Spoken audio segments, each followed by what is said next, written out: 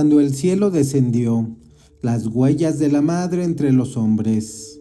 Cierra los ojos un momento, respira profundo, imagina que pudieras atravesar el tiempo como quien camina a través de una puerta antigua, que pudieras estar presente en aquellos instantes sagrados donde el cielo rasgó su velo y una madre descendió para abrazar a sus hijos. Este día, en este momento preciso, donde te encuentres escuchando estas palabras, te invito a un viaje extraordinario. No es un viaje de fantasía, es un peregrinaje a través de la historia documentada, verificada, aprobada por la Santa Madre Iglesia. Es el recorrido por las huellas que la Santísima Virgen María ha dejado sobre esta tierra que pisamos. Pero antes de comenzar, déjame llevarte a un momento que quizá no esperabas. Abril de 1994, las colinas de Ruanda, aquellas que los poetas llamaban la tierra de las 1000 colonias, se había convertido en el escenario del horror más absoluto del siglo XX, conocida después del Holocausto. En 100 días aproximadamente, 1 millón de personas fueron asesinadas. Ríos de sangre corrían literalmente por las calles. Familias enteras eran masacradas. El machete se había convertido en el instrumento de una locura colectiva que nadie parecía poder detener. Pero había alguien que lo había visto todo.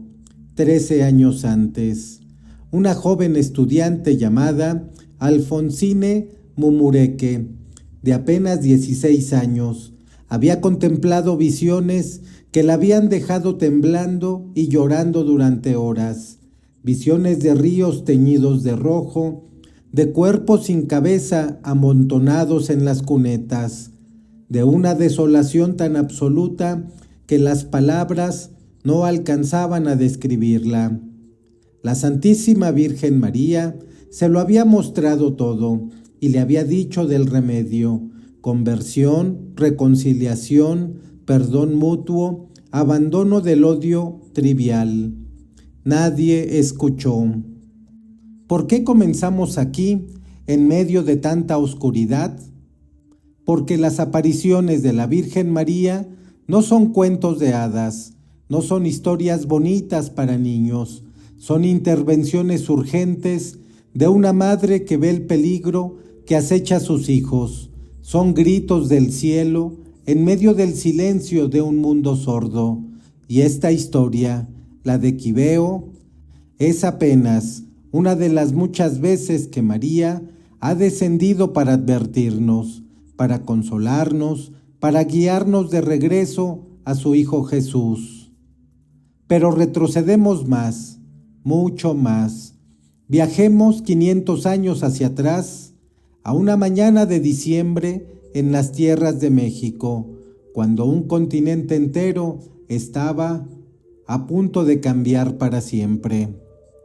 El amanecer de Guadalupe, 9 de diciembre de 1531, el sol aún no había terminado de asomarse sobre las montañas que rodean el Valle de México.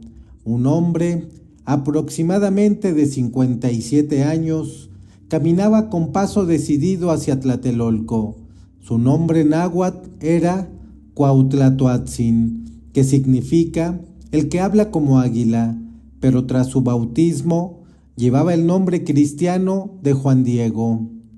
Era un hombre sencillo, mas igual, como se llamaba a los indígenas del pueblo común. No tenía riquezas ni posición social. Su esposa, María Luisa, había fallecido 2 años antes. Vivía con su tío Juan Bernardino, también anciano, en el pequeño poblado de Cuautitlán. Cada sábado y domingo, sin falta, caminaban más de 20 kilómetros para asistir a la Santa Misa y recibir instrucción en la fe católica. Aquella mañana, mientras bordeaba el cerro del Tepeyac, Algo extraordinario iba a suceder. Juan Diego se detuvo en seco, levantó la mirada hacia la cima del cerro. Una luz brillaba allí arriba, tan intensa como el sol, pero sin lastimar los ojos, y de esa luz surgía un canto tan hermoso que, según él mismo, relataría después, superaba al del Coyotl Totol y del Sininzcán y de otros pájaros lindos, y entonces el canto cesó, y una voz dulce como la miel, materna como el abrazo de una madre, lo llamó por su nombre: Juanito, Juan Dieguito. Juan Diego subió corriendo la colina, y lo que vio allí arriba lo dejó sin aliento. Una señora de pie sobre la luna, vestida de sol, las estrellas adornaban su manto, pero no era una diosa azteca, era algo completamente diferente. Era una madre que lo miraba con infinita ternura. Según el Nican Mopohua, el documento náhuatl que persevera este encuentro, la señora le habló así: escucha, hijo mío el menor, Juanito. ¿A dónde te diriges? Y cuando Juan Diego le explicó que iba a Tlatelolco a escuchar las cosas divinas que enseñaban los sacerdotes, ella le reveló quién era. Sábelo, ten por cierto, hijo mío el más pequeño, que soy yo, la siempre Virgen Santa María, Madre del verdadero Dios por quien se vive, del Creador de las personas, del dueño de la cercanía y la inmediación, del dueño del cielo, del dueño de la tierra. ¿Comprendes la profundidad de estas palabras? María no se presentó con títulos europeos, utilizó conceptos que el corazón náhuatl podía comprender perfectamente. El Dios por quien se vive, el dueño del cerca y del junto, eran nombres que los antiguos mexicanos usaban para referirse al Dios verdadero, aquel que intuían pero no conocían plenamente, y la Virgen estaba tendiendo un puente entre dos mundos, entre dos culturas, entre el cielo y la tierra. Permíteme llevarte ahora a 4 días después, 12 de diciembre de 1531. Juan Diego había intentado todo, había hablado con el obispo Fray Juan de Zumárraga, pero éste le había pedido una señal. Había querido evitar a la señora porque su tío estaba muriendo y necesitaba buscar un sacerdote, pero ella lo había encontrado de todas formas, asegurándole que su tío ya estaba sano. Y ahora, en la cima del Tepeyac, en pleno invierno, cuando nada debía florecer, Juan Diego contemplaba un jardín de rosas de Castilla, rosas que no existían en México, rosas que florecían en diciembre cuando era imposible. Juan Diego las cortó, las depositó en su tilma, su humilde manto de fibra de maguey, y caminó hacia el palacio del obispo. Cuando llegó, los sirvientes intentaron quitarle las flores, pero cada vez que las tocaban, las rosas parecían pintadas en la tele, no reales. Finalmente, lo dejaron pasar, y allí, en presencia del obispo Zumárraga y de varios testigos, Juan Diego abrió su tilma. Las rosas cayeron al suelo, pero lo que apareció en la tilma dejó a todos sin palabras. Una imagen de la señora, pero no pintada por mano humana, impresa milagrosamente en aquel humilde tejido de maguey. El obispo cayó de rodillas. Las lágrimas corrían por su rostro. Estaba contemplando el rostro de la Madre de Dios, mestizo como el pueblo que nacería de la unión de dos mundos. Esta imagen permanece hasta hoy, después de casi 500 años, La tilma de Juan Diego sigue intacta en la Basílica de Guadalupe.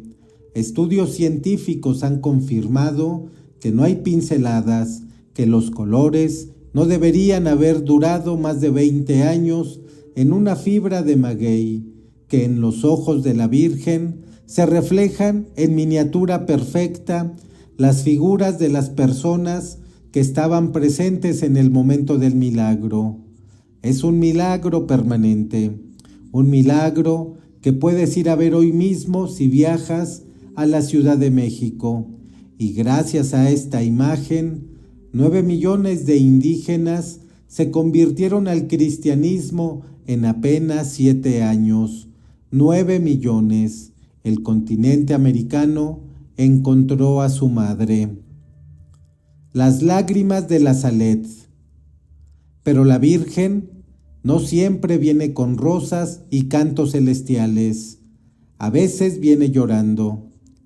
Viajemos ahora a Francia. 19 de septiembre de 1846. Los Alpes franceses. Una altura de casi 2000 metros sobre el nivel del mar. 2 niños pastores, Melanie Calvat, de 15 años, y Maximin Guiraud, de 11, cuidaban el ganado de sus patrones cerca del pequeño pueblo de La Salet. Eran niños pobres, casi sin educación religiosa. Melanie apenas conocía el Padre Nuestro. Maximín era travieso e inquieto. Después del almuerzo, se habían quedado dormidos juntos a una fuente seca. Cuando despertaron, el sol ya descendía. Asustados por haber perdido de vista las vacas, Melanie subió a una pequeña elevación para buscarlas, y entonces la vio. Sobre una piedra, envuelta en una luz brillante, había una mujer, pero no estaba de pie ni sonriendo. Estaba sentada con el rostro entre las manos, llorando. Melanie llamó a Maximín. Ambos se acercaron, más intrigados que asustados, y cuando la señora levantó su rostro, bañado en lágrimas, pudieron ver su vestimenta. Un vestido blanco resplandeciente, un delantal amarillo, un chal blanco sobre los hombros, una corona de rosas en la cabeza, pero lo más impactante era el crucifijo que brillaba sobre su pecho, rodeado por los instrumentos de la pasión, un martillo, unas tenazas, clavos. La señora se puso de pie y comenzó a hablar, primero en francés, luego en el dialecto local para asegurarse de que los niños comprendieran cada palabra. Si mi pueblo no quiere someterse, me veo obligada a dejar caer el brazo de mi hijo. Es tan fuerte, tan pesado, que no puedo sostenerlo más. ¿Escuchas el dolor en esas palabras? María no venía a condenar, venía como una madre que ve a sus hijos corriendo hacia un precipicio. Venía a advertir, a suplicar. Explicó cómo las cosechas estaban fallando, cómo la mortalidad infantil aumentaba, cómo las papas se pudrían en los campos, y reveló la causa: la blasfemia generalizada, el trabajo en domingo, el abandono en la oración. ¿Hacéis bien vuestra oración, hijos míos? Los niños admitieron que casi no rezaban. Ah, hijos míos, es necesario hacerla bien, mañana y noche. Cuando no tengáis tiempo, rezar al menos un Padre Nuestro y un Ave María, y cuando podáis, rezar más. La señora continuó hablando, confiando a cada niño un secreto personal que no debían revelar a nadie. Luego caminó hacia la cima del monte, elevándose lentamente sobre la hierba sin doblarla, hasta desaparecer en la luz del cielo.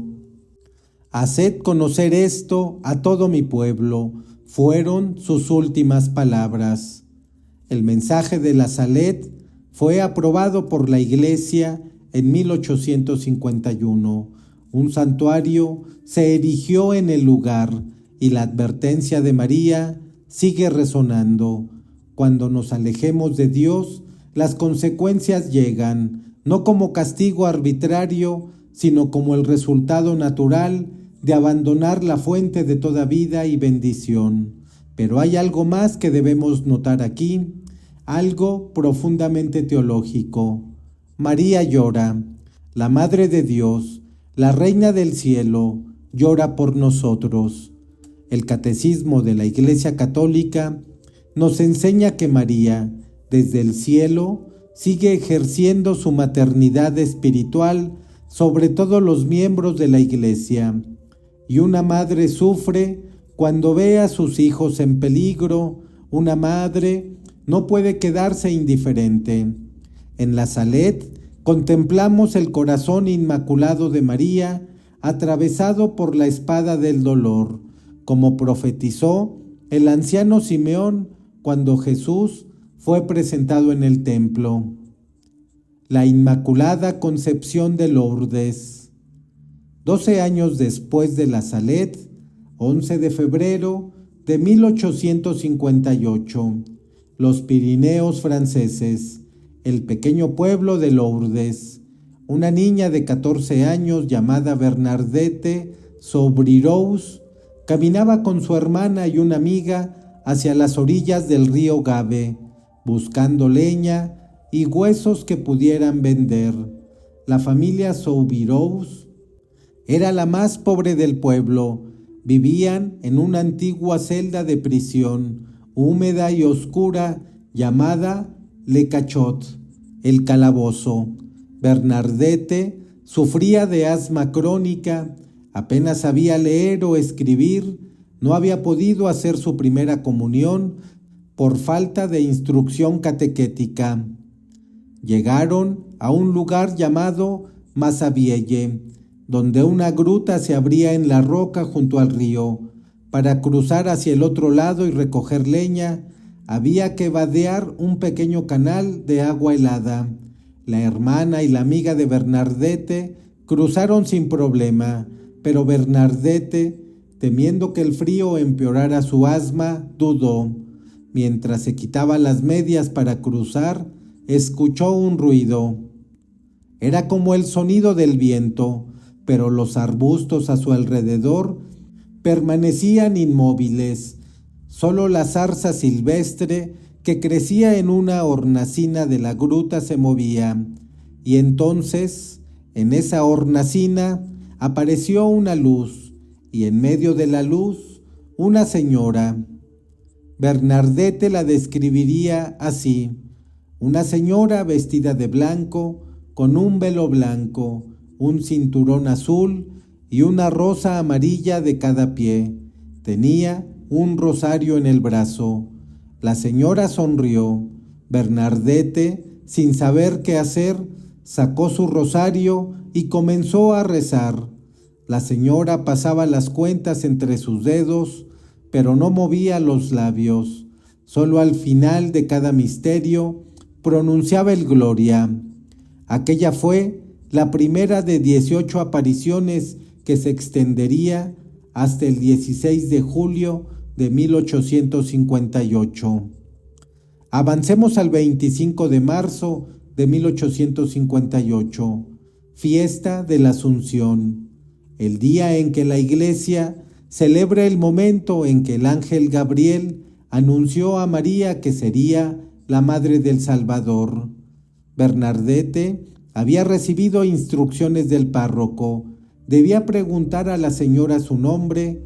Durante semanas, la misteriosa aparición había dado mensajes, había indicado dónde cavar para encontrar una fuente, que brotó milagrosamente y sigue fluyendo hasta hoy. Había pedido penitencia y oración por los pecadores, pero nunca había revelado su identidad. Aquella mañana, Bernadette se arrodilló ante la gruta y preguntó 3 veces: «Señora, ¿queréis tener la bondad de decirme quién sois?». «Silencio», le preguntó de nuevo. Un silencio, una tercera vez. Y entonces la señora, que hasta ese momento había mantenido las manos juntas en oración, la separó, dejó caer el rosario hacia su brazo derecho, levantó los ojos hacia el cielo y pronunció estas palabras: «Yo soy la Inmaculada Concepción». Bernardete no entendió esas palabras, nunca las había escuchado. Corrió por las calles de Lourdes repitiendo la frase en patois para no olvidarla hasta llegar a la casa del párroco. Cuando el padre Peiramale escuchó lo que Bernardete repetía, se quedó pálido. Inmaculada Concepción era un dogma que el Papa Pío IX había proclamado apenas 4 años antes, en 1854. Era un término teológico que una niña analfabeta de los Pirineos no podía conocer. La señora se había identificado con el mismo título que la Iglesia acababa de definir solemnemente: María, la Madre de Dios, concebida sin pecado original, la nueva Eva, la llena de gracias. Desde entonces, Lourdes se ha convertido en uno de los santuarios más visitados del mundo. Más de 6 millones de peregrinos acuden cada año. Miles de curaciones inexplicables han sido documentadas, de las cuales 70 han sido oficialmente declaradas milagrosas después de rigurosos exámenes médicos. Pero el milagro más grande de Lourdes no es la curación del cuerpo, es la conversión del alma, es el encuentro con María que siempre nos lleva a Jesús. El silencio elocuente de Enoch. 21 de agosto de 1879, Irlanda, el pequeño pueblo de Enoch, en el condado de Mayo. Era una tarde lluviosa como tantas otras en la verde Irlanda, una tierra que había sufrido terriblemente la gran hambruna de 1845 a 1852. Había matado a más de 1 millón de personas y obligado a otro millón a emigrar. La fe católica había sobrevivido siglos de persecución inglesa, pero el pueblo estaba herido, empobrecido, desgarrado por la emigración forzosa. Aquella tarde, Margaret Beirne pasaba frente a la iglesia parroquial cuando notó algo extraño. Una luz brillante emanaba del muro del sur del templo. Al acercarse, quedó paralizada de asombro. Allí, suspendida sobre el suelo, resplandeciente en medio de la lluvia, había 3 figuras: la Santísima Virgen María, San José y San Juan Evangelista. Junto a ellos, un altar sobre el cual se erguía un cordero rodeado de ángeles. Margaret corrió a avisar a sus vecinos.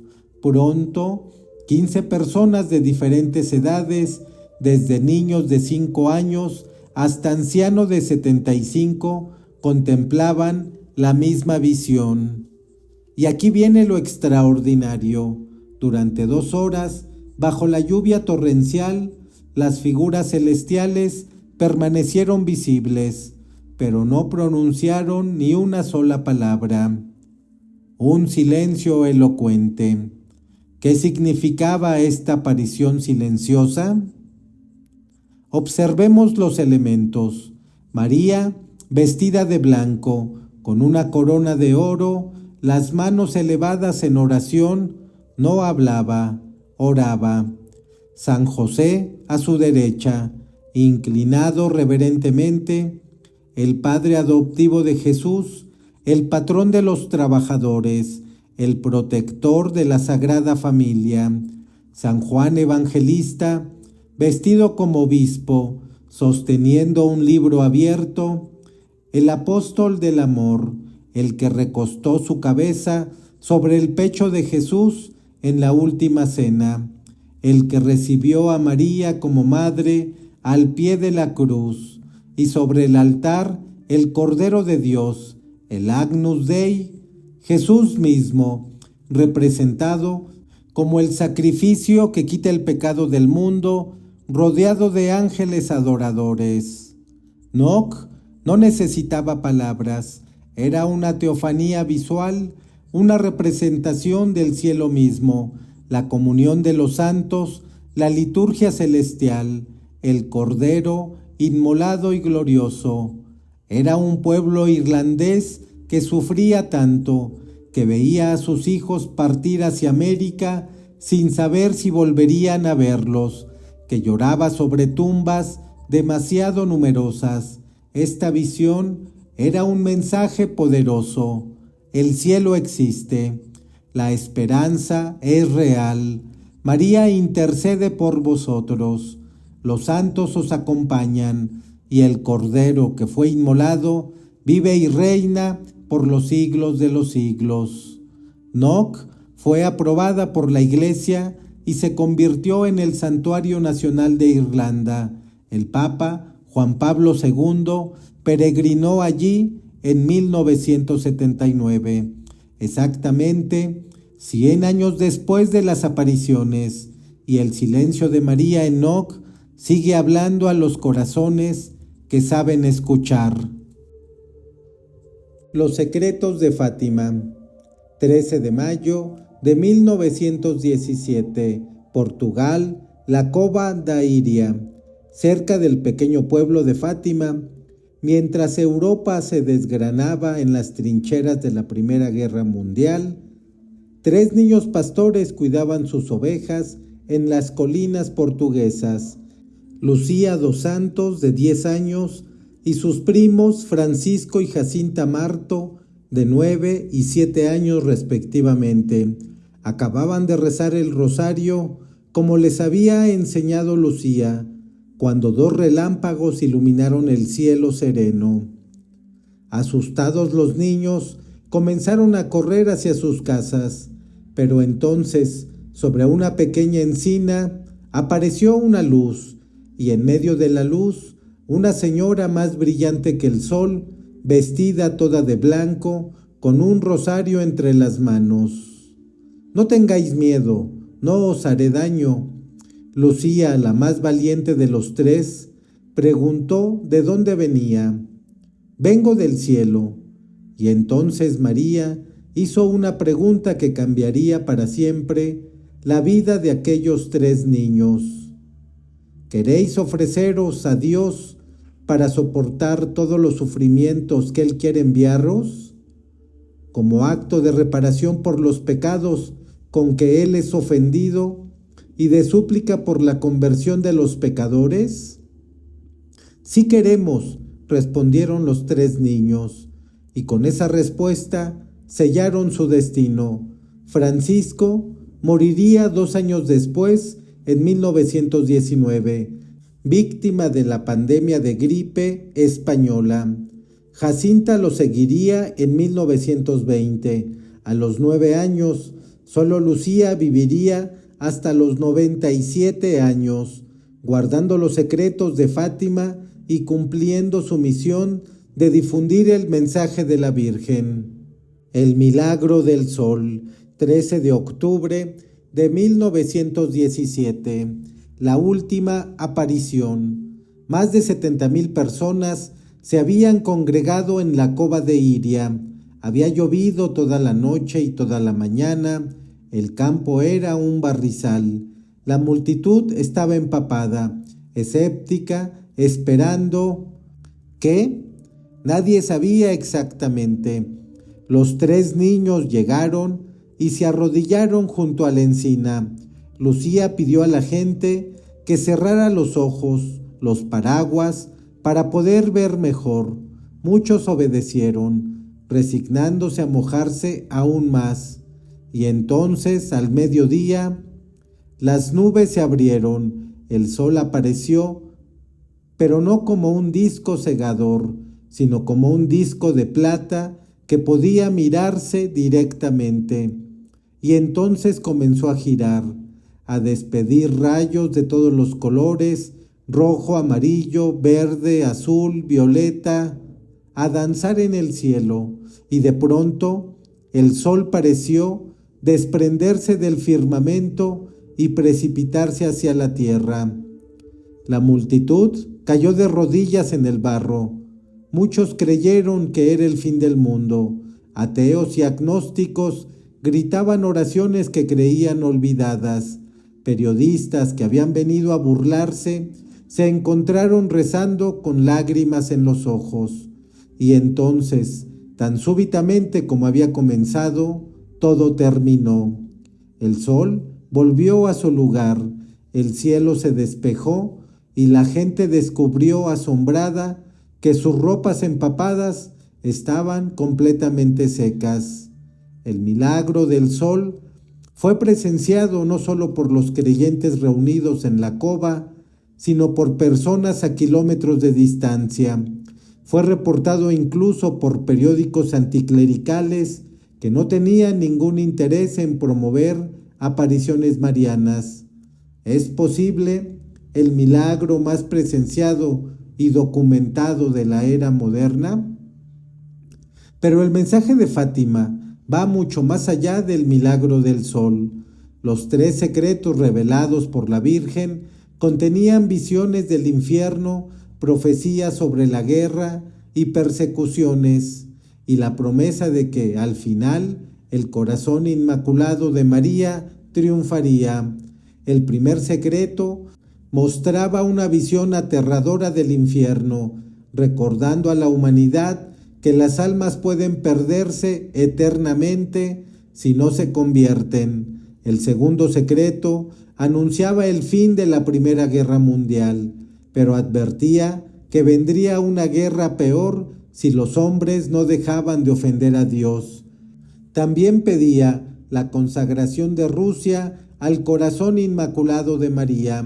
El tercer secreto, revelado completamente en el año 2000, mostraba la persecución de la Iglesia y el sufrimiento del Papa, interpretado por muchos como una referencia al atentado contra San Juan Pablo II, el 13 de mayo de 1981, exactamente 64 años después de la primera aparición.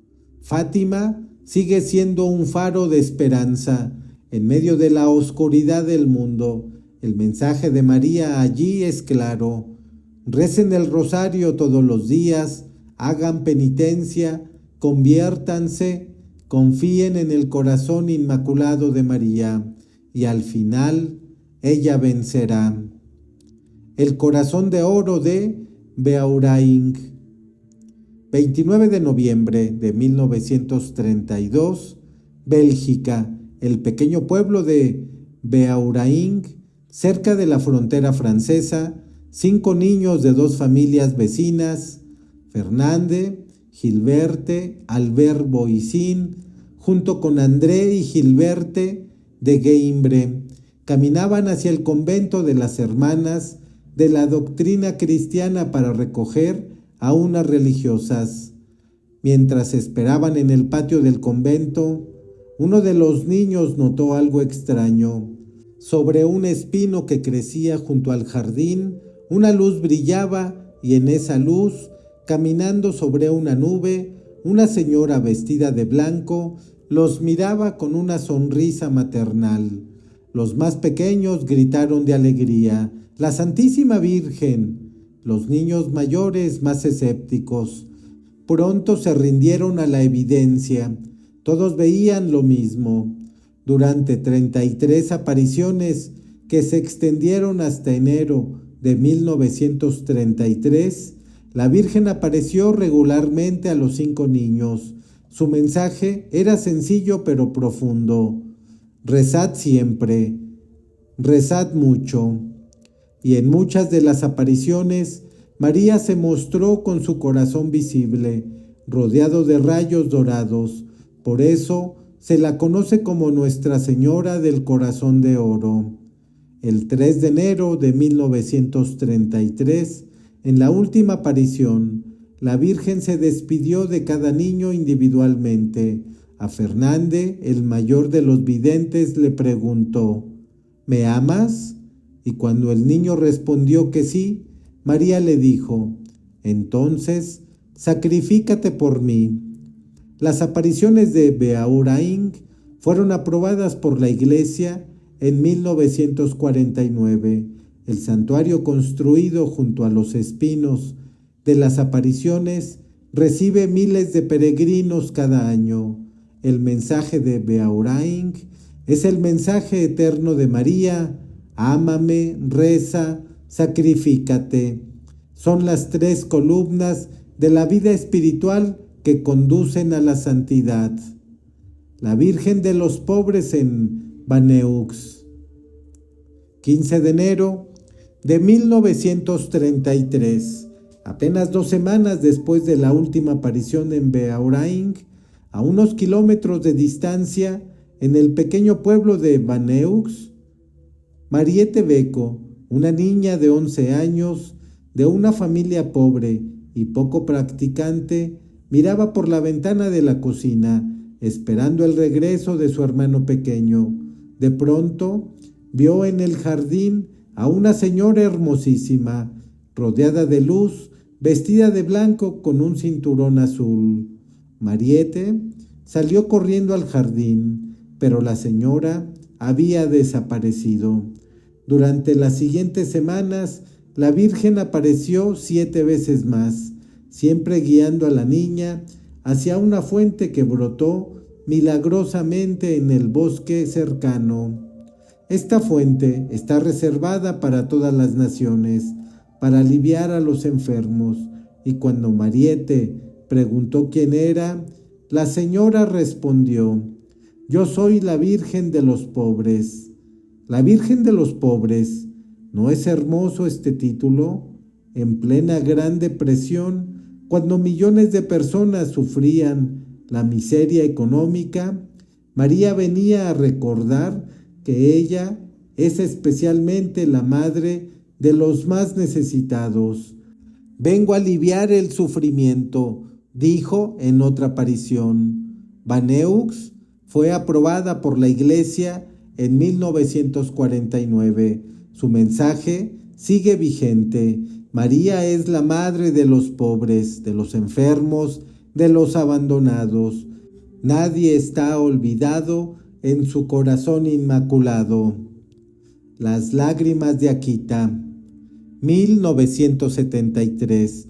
Japón, la ciudad de Akita. En un pequeño convento de las siervas de la Eucaristía vivía una religiosa llamada Sor Agnes Katsuko Sasagawa. Era una mujer de profunda fe que había quedado completamente sorda a causa de una enfermedad. El 6 de julio de 1973, mientras rezaba ante una imagen de madera de la Virgen María, tallada por un escultor budista convertido al cristianismo, Sor Agnes comenzó a experimentar fenómenos extraordinarios. La estatua comenzó a brillar y de sus ojos comenzaron a brotar lágrimas, lágrimas reales, lágrimas humanas. Este fenómeno se repetiría 101 veces a lo largo de varios años, presenciado por cientos de testigos, incluyendo budistas y no creyentes. Las lágrimas fueron analizadas científicamente y confirmadas como lágrimas humanas auténticas. Pero lo más impactante fueron los mensajes que la Virgen transmitió a Sor Agnes. Si los hombres no se arrepienten y no mejoran, el Padre infligirá un castigo terrible a toda la humanidad. Será un castigo mayor que el diluvio, como nunca se ha visto antes. Fuego caer del cielo y aniquilará a una gran parte de la humanidad. Y hoy más, María Habló de la apostasía que se extendería dentro de la propia Iglesia. Iglesia, de modo que se verán cardenales contra cardenales, obispos contra obispos. Las iglesias y los altares serán saqueados. La Iglesia estará llena de aquellos que aceptan compromisos. Estas palabras, pronunciadas en 1973, parecen proféticamente revelantes en nuestros días. Las apariciones de Akita fueron aprobadas por el obispo local en 1984, tras rigurosas investigaciones. El cardenal Ratzinger, futuro papa Benedicto XVI, cuando era prefecto de la Congregación para la Doctrina de la Fe, confirmó que el mensaje de Akita era esencialmente el mismo que el tercer secreto de Fátima, la madre de la palabra en quibeo. Regresamos ahora donde comenzamos. Ruanda, Quibeo, 1981. El 28 de noviembre de 1981, mientras las estudiantes de una escuela secundaria católica participaban en la oración vespertina, una joven de 16 años llamada Alfonsine Mumureke escuchó una voz dulce que la llamaba por su nombre. Alfonsine. Levantando la mirada, Alfonsine vio a una mujer de belleza indescriptible, vestida con un velo blanco y un vestido sin costuras. La mujer se identificó como Nina Guajambo, que en Kinyarwanda significa Madre de la Palabra. Era la Virgen María visitando oficialmente el continente africano por primera vez en la historia. Las apariciones de Quibeo fueron particularmente ricas en contenido espiritual y profético. María enseñó a las videntes oraciones especiales, promovió el rosario de los 7 dolores e insistió en la importancia de la reconciliación y el perdón mutuo, pero también mostró visiones terribles. El 19 de agosto de 1982, la Virgen invitó a las videntes a un viaje espiritual. Lo que vieron las dejó llorando y temblando durante 8 horas seguidas. Ríos de sangre, cuerpos mutilados, cabezas cortadas amontonadas, una desolación absoluta cubriendo las hermosas colinas de Ruanda. Nadie entendió completamente lo que significaba esas visiones hasta 1994, cuando el genocidio estalló. Las profecías de Quibeo se cumplieron con precisión aterradoras. Las imágenes que las videntes habían descrito 13 años antes se materializaron ante los ojos horrorizados del mundo. Pero María no solo había advertido, también había dado el remedio: conversión, reconciliación, perdón. Las apariciones de Quibeo fueron aprobadas por la Iglesia en el año 2001, convirtiéndose en las primeras apariciones marianas oficialmente reconocidas en África. Hoy, el santuario de Quibeo es un lugar de peregrinación donde católicos de todo el continente vienen a venerar a la Madre de la Palabra y a rezar por la paz y la reconciliación en sus países. El mensaje de Quibeo trasciende las fronteras de Ruanda. Es un mensaje para toda la humanidad. Solo el amor de Cristo, vivido auténticamente, puede vencer el odio que causa tanto sufrimiento. El hilo dorado que une todas las apariciones. Hemos viajado a través de 5 siglos, de México a Francia, de Irlanda a Portugal, de Bélgica a Japón, de los Alpes a las colinas africanas, y cada lugar, en cada época, hemos encontrado el mismo hilo dorado, una madre que desciende del cielo para buscar a sus hijos. ¿Qué nos enseñan estas apariciones? Primero, que el cielo no es indiferente a nuestros sufrimientos, que Dios, en su infinita misericordia, nos envía a su Madre para guiarnos, consolarnos, advertirnos. Segundo, que María siempre nos conduce a Jesús, nunca se queda ella como el centro, siempre señala hacia su Hijo, haced lo que Él os diga. Son las únicas palabras suyas registradas en el Evangelio durante el ministerio público de Jesús, y es lo mismo que dice en cada aparición: rezad, convertiros, acercaos a mi Hijo. Tercero, que el rosario es el arma espiritual que María nos ofrece para estos tiempos. En prácticamente todas las apariciones, la Virgen aparece con un rosario y pide que lo recemos diariamente. No es una devoción opcional, es la súplica urgente de una madre que conoce los peligros que nos acechan. Cuarto, que la conversión del corazón es posible y necesaria. María no viene a condenarnos, sino a llamarnos de vuelta. Viene llorando, sí, pero sus lágrimas son lágrimas de amor, no de rechazo. Y el quinto, que el corazón inmaculado de María triunfará, a pesar de todas las profecías de tribulaciones. El mensaje último de las apariciones es de esperanza.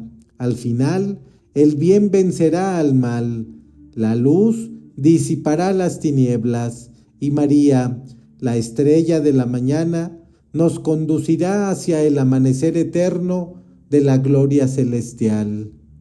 Quizá, mientras escuchabas este viaje, algo se ha movido en tu corazón. Quizás has sentido la cercanía de esa Madre Celestial que no te olvida, que conoce tu nombre, que llora por tus penas y se alegra con tus alegrías.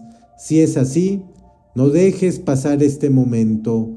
Toma un rosario, arrodíllate ante una imagen de María y dile simplemente: Madre, aquí estoy, enséñame a amar a tu Hijo. Ella te escuchará como escuchó a Juan Diego en el Tepeyac, como escuchó a Bernadette en Lourdes, como escucha a millones de almas que cada día se confían a su corazón inmaculado, porque ella es nuestra madre, y una madre nunca abandona a sus hijos.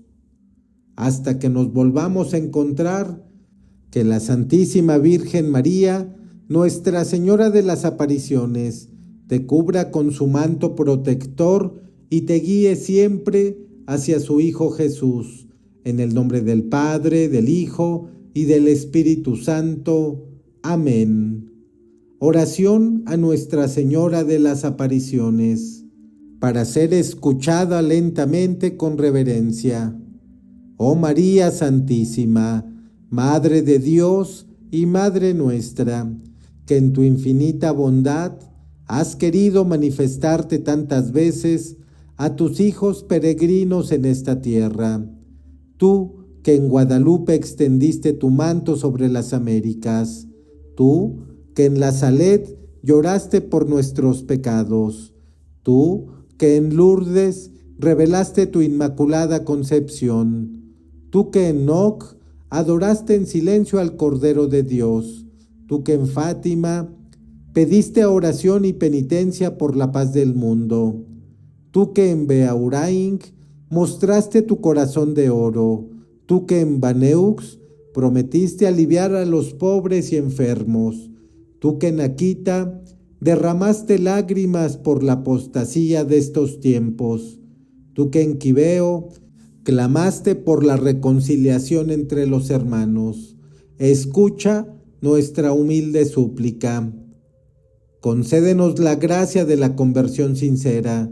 Enséñanos a rezar el Santo Rosario con fervor. Ayúdanos a vivir la penitencia con alegría. Inflama nuestros corazones con amor a tu Hijo Jesús. Protégenos de los peligros del cuerpo y del alma. Y al final de nuestra peregrinación terrena, condúcenos a la patria celestial, donde podamos contemplar tu rostro glorioso y cantar eternamente las alabanzas de la Santísima Trinidad. Amén.